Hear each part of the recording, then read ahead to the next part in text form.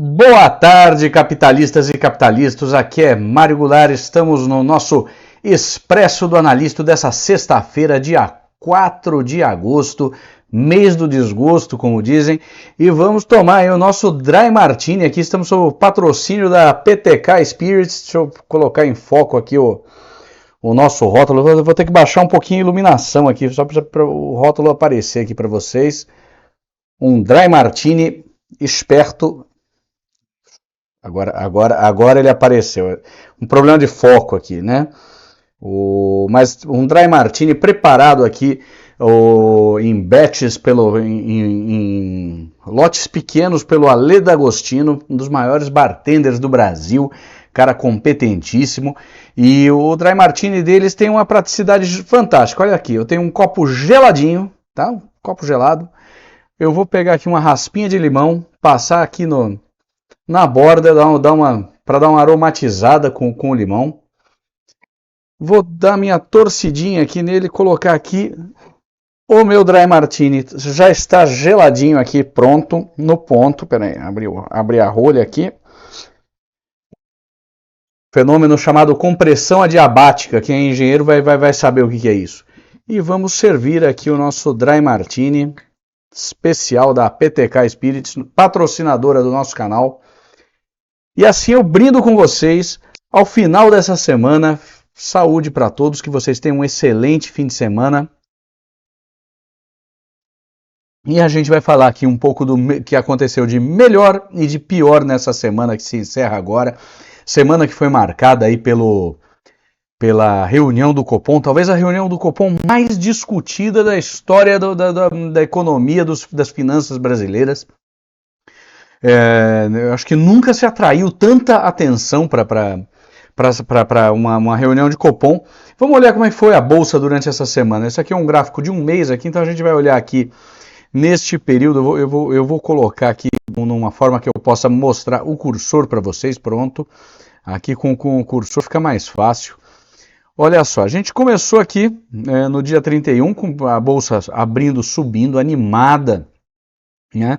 Ela já tinha ficado ali variando na faixa dos 120 mil pontos no final da semana, na semana anterior. Ela testou duas vezes aqui os 123 e 122 e muitos. Depois ela voltou aqui, ficou trabalhando nesse limite, abriu subindo forte, voltou a cair para os 120. Aí subiu forte aqui na expectativa, né? Todo mundo depois na expectativa do Copom.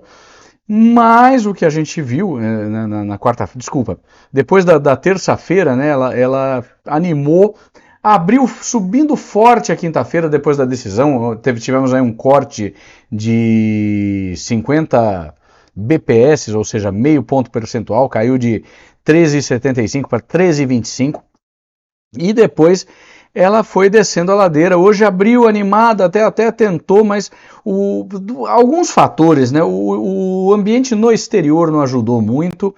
E aqui no Brasil também uma série de incertezas políticas, uma série de razões. Agora o balanço da Petrobras, o balanço do Bradesco, China que não se sabe como é que vai, a questão dos pacotes de auxílio lá.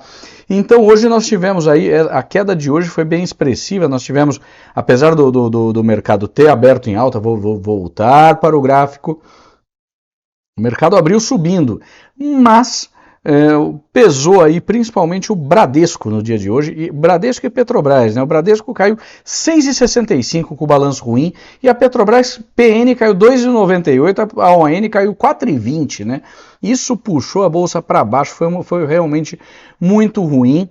Balanço do Bradesco, teve o balanço da Petrobras, mas não foi nem tanto pelo balanço, mas foi pelo Jean Paul Prates, que falou mais uma vez, Jean Paul Prates, que presidente da Petrobras, né?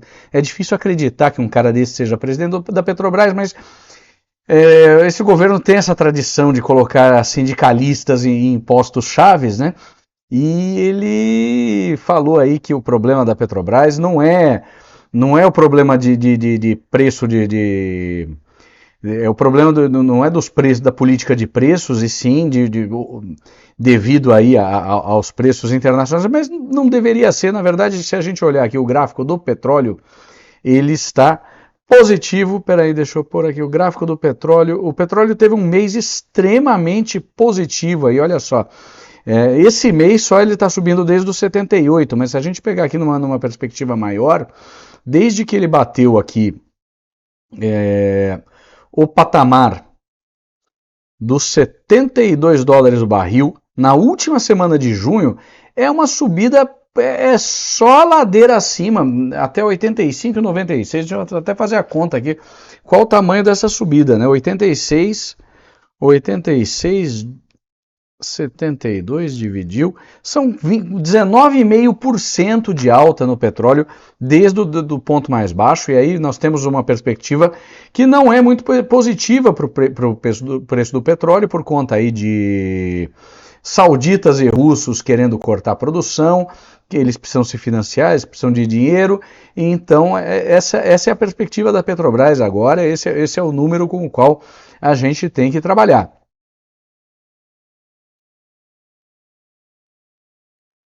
Lá fora nós também tivemos uma semana que não foi das mais positivas. Eu vou colocar aqui o gráfico do S&P 500, SPX. Vamos lá para colocar aqui para vocês. Deixa eu colocar em barra, que é mais fica melhor de se enxergar, né? Isso aqui é o S&P nos últimos 6 meses. Mas eu vou colocar numa perspectiva de um mês só, para a gente ter um entendimento melhor. Olha só, a semana foi aqui do 31, ele vinha subindo bem, né? O S&P estava equilibrado, estava feliz. Só que aí tivemos o rebaixamento da economia americana, né? Do rating soberano dos Estados Unidos pela Fitch, de AAA para AA+. Isso causou aí uma queda forte. Hoje tivemos ainda um componente extra, né, que é a Nasdaq. Tivemos o primeiro payroll, né? A gente precisa primeiro falar do payroll. O relatório de payroll estava bastante gerado, porque os últimos relatórios vêm mostrando o mercado de trabalho bastante aquecido nos Estados Unidos, né? Se previa uma recessão com todas as subidas de juros que tivemos, mas essa recessão não aconteceu. Nós temos um mercado de trabalho extremamente aquecido por lá, bastante vigoroso, bastante forte, e chegamos a ter aí alguns números mostrando que isso aí não permitiria ao Fed baixar a taxa, encerrar o seu ciclo de alta de taxa de juros. Então hoje tinha uma expectativa grande pelo payroll, e o payroll ele veio com menos vagas do que o esperado, mas com uma massa salarial maior. Então esse sinal misto aí foi interpretado no começo do dia até de forma mais positiva, mas depois no final do dia ele desceu ladeira abaixo. Além disso, a gente teve aí a questão, deixa eu colocar o gráfico da Nasdaq, para a gente ver se a gente consegue acompanhar melhor o efeito Apple no dia de hoje, né? Porque você teve Nasdaq Equity. Só um minutinho. Vou colocar o QQQ aqui, que reflete bem a Nasdaq. A Nasdaq também acabou caindo bastante hoje, no dia de hoje, por conta da nossa amiga Apple. A Apple publicou um relatório que não foi muito bem interpretado pelo mercado, e ela acabou caindo aí. A última vez que eu olhei ela estava caindo 4%. Deixa eu ver como é que fecharam os negócios de Apple hoje.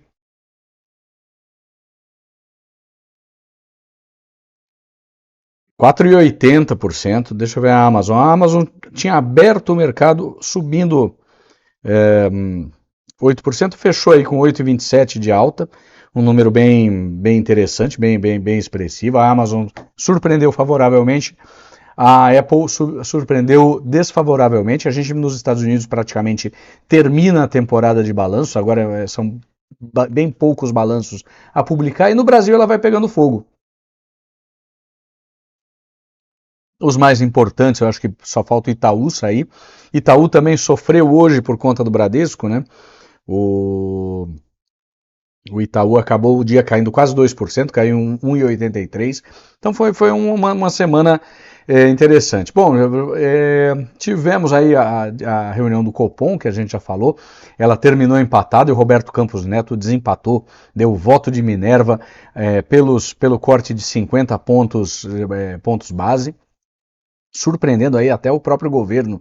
Aí existe a discussão de por que ele fez isso, se os caras mais técnicos da equipe dele votaram a favor de 25, dizem que teria sido quase um avanço agora para segurar depois.